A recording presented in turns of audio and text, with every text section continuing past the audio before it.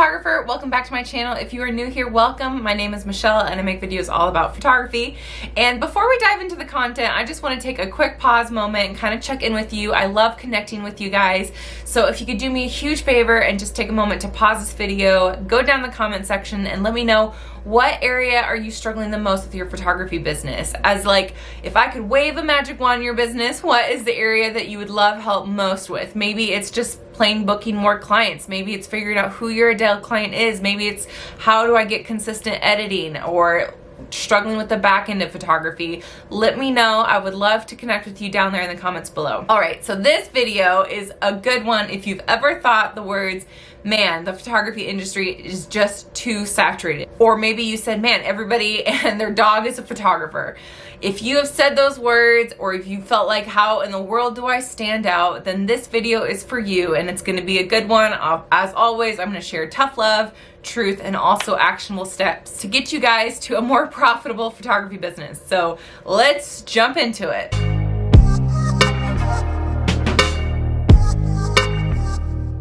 Okay, it's no secret that the photography industry is very saturated now. I mean, there is just a photographer about everywhere you look. So I understand the feeling of feeling like, how in the world do I stand out, right? So first, I want to encourage you that every industry on the planet is pretty saturated. If you think about the fast food industry or the beauty industry or the fitness industry, all of those are so saturated, and yet there's always room for you. And I just want to encourage you, before I probably give you a little tough love, that there is room for you. It's not too late to start a photography business, and it's not too late to have a profitable, booked out photography business. So I'm hoping today will give you a better insight on how you actually do that. Okay, so the first point, which is a little bit of tough love, is gone are the days where you can post pretty pictures and stand out, or feel like you can stand out just by posting pretty pictures. Nowadays, the barrier of entry into photography is almost nothing, and there's so much online education, like free YouTube videos of learning how to do photography, that most people are pretty good with their camera really early on. And of course, yes, it's important to have high quality images, consistent images, all those things, but hate to break it to you, that is not what's going to differentiate you from the photographer down the road that also does beautiful work. Second tough love point I gotta say is, nowadays I hear all these gurus saying, like, just post about you, show your face more, do all those things, and that's how you stand out. You're your own secret sauce, right? And while I think that is true to a degree, of course you need to show up.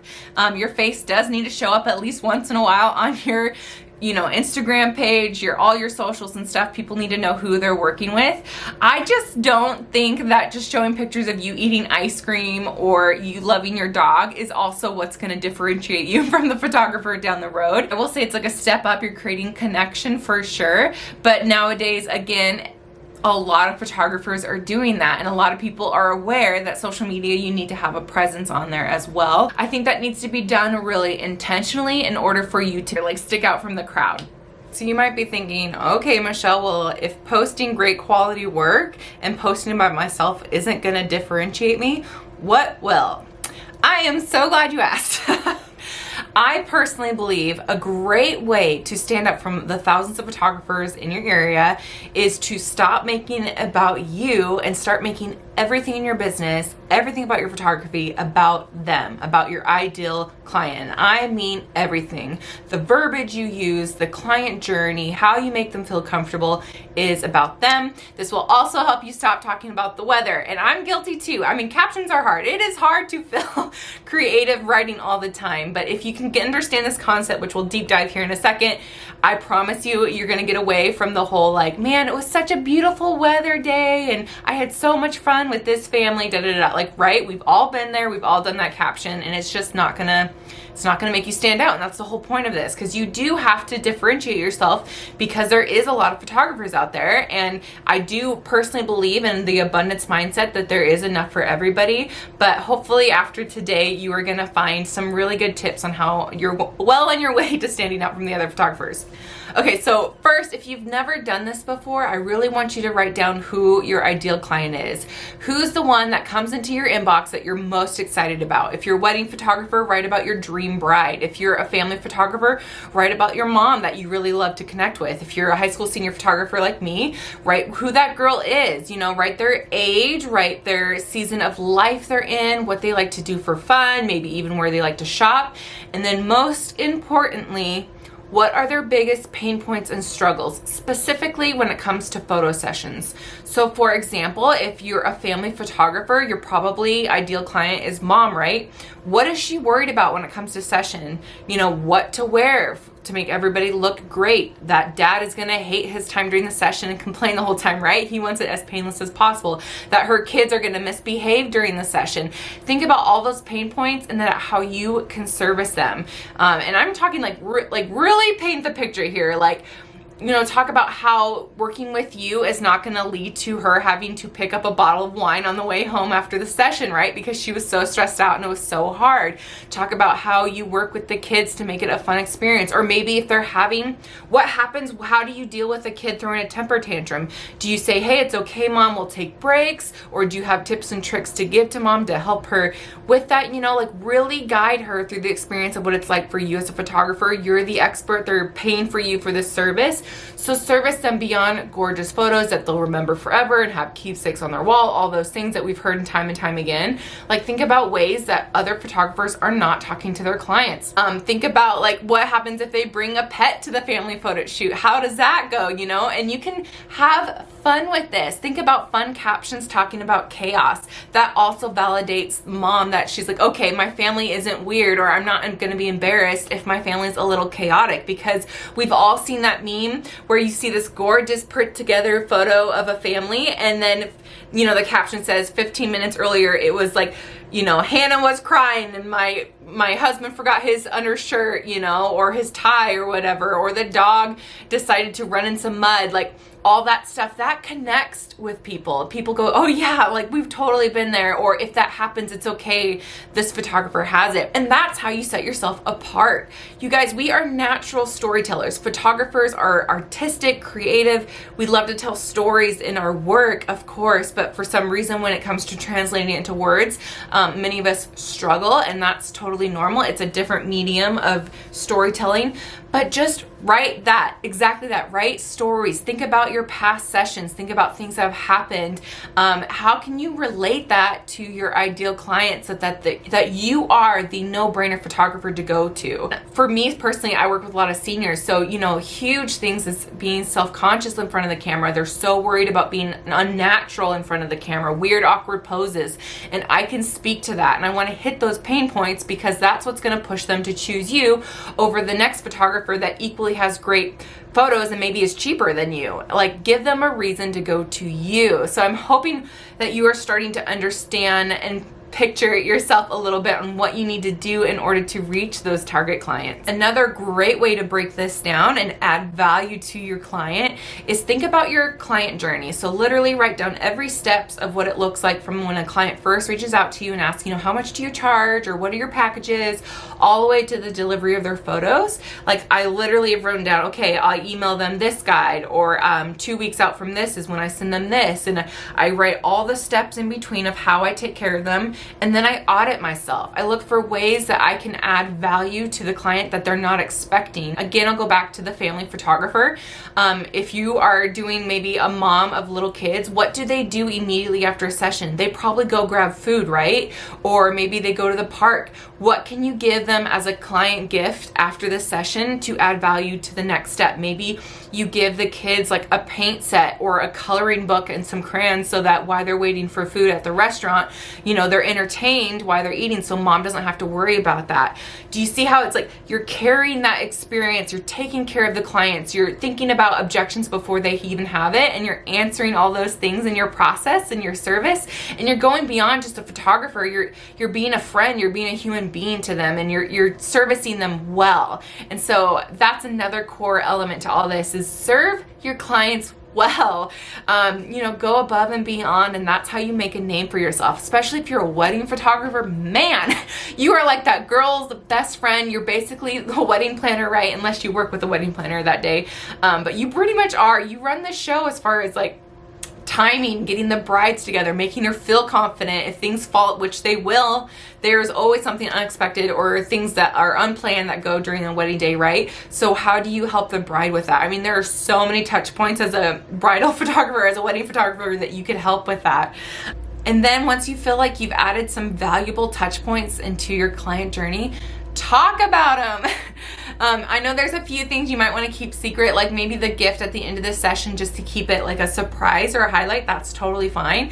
But talk about what happens, you know, a month after this, after they book with you, especially if you charge a retainer or you charge up front. People are putting good money down to work with you. So you want them to feel like, oh yeah, we made a good decision. Do one thing at a time, especially if you feel like, oh, you're starting from the beginning. There's a lot here that I have to audit. Totally fine. Just take one touch point at a time. I definitely recommend the starting when they first interact with you, setting the tone. Like, you really need to make sure that that area is well done and well taken care of, because obviously that's usually the conversion rate between a potential client and them actually being a client.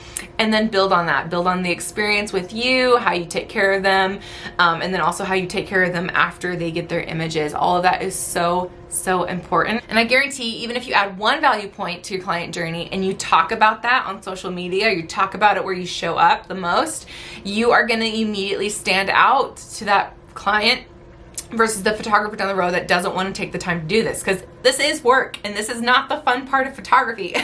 And this is not like the quick fix. This is not the, I got 100 followers doing this, all that stuff.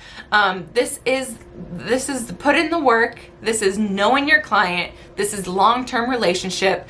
But I promise it can just yield exponential results if you're willing to do this part. Another huge thing that I see photographers do is they get so stuck in the idea of, I need to be featured. I need to be featured on these accounts. I need my work featured in this magazine. I need to put my effort into publishing, and I want that title, right? And I get it, and there's nothing wrong with it necessarily, but I will tell you, I have been featured multiple times on the national platforms, in magazines and so forth. And sometimes I get a few people following me, but usually people that follow me from those platforms are other photographers. And although that's great and good, and maybe it boosts your ego, those aren't the people who are paying my bills. You know, like, those aren't the clients, at least in the beginning. Of course, I do more photo education now, but I'm saying when I first started, I thought that was it. I thought I made it if I could just say, yeah, I was nationally featured, blah, blah, blah. And newsflash, not that I'm discrediting that. If you have been nationally featured, amazing, awesome, definitely, like, you should celebrate that.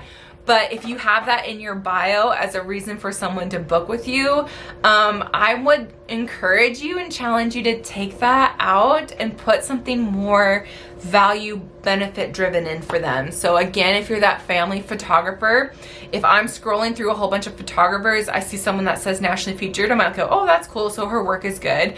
But what's in it for me? Like, what is she gonna do for me? And I want to go with the photographer in her bio that says, or you could say something cute, like, you know, like toddler meltdown handler extraordinaire, or something cute like that. Or maybe you could say something like, photographer that specializes in making it as painless as possible for the men in your life for photo shoots, or something. Like, saying a statement like that, I hope you can kind of see how much more powerful that is than saying nationally published. Like, people and your clients that you're working with, they don't relate to those terms as much. That's not a value driven thing for them.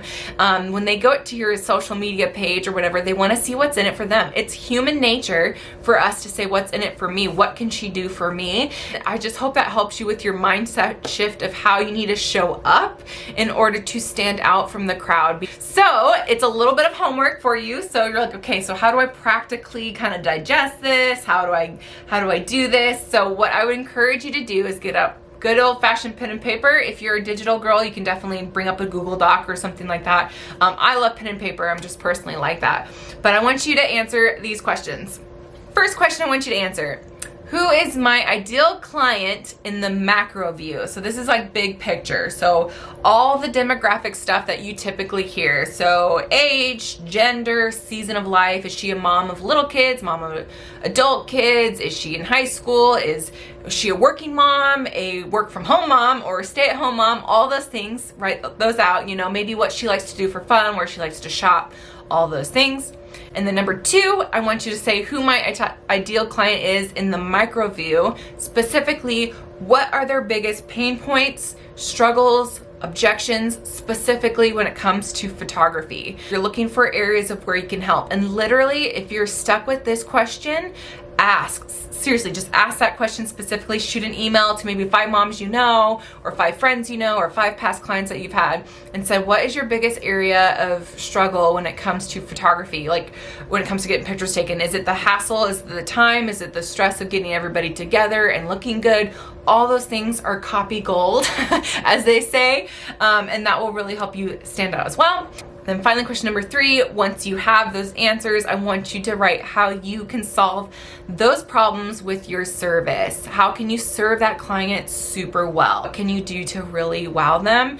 And then this will also help you break down verbiage of what to say in your captions, how you show up online, and stop talking about the weather and how gorgeous and how much fun you had in the shoot. Because I don't know about you guys, but I don't have that much fun on every session. Sometimes they're really hard.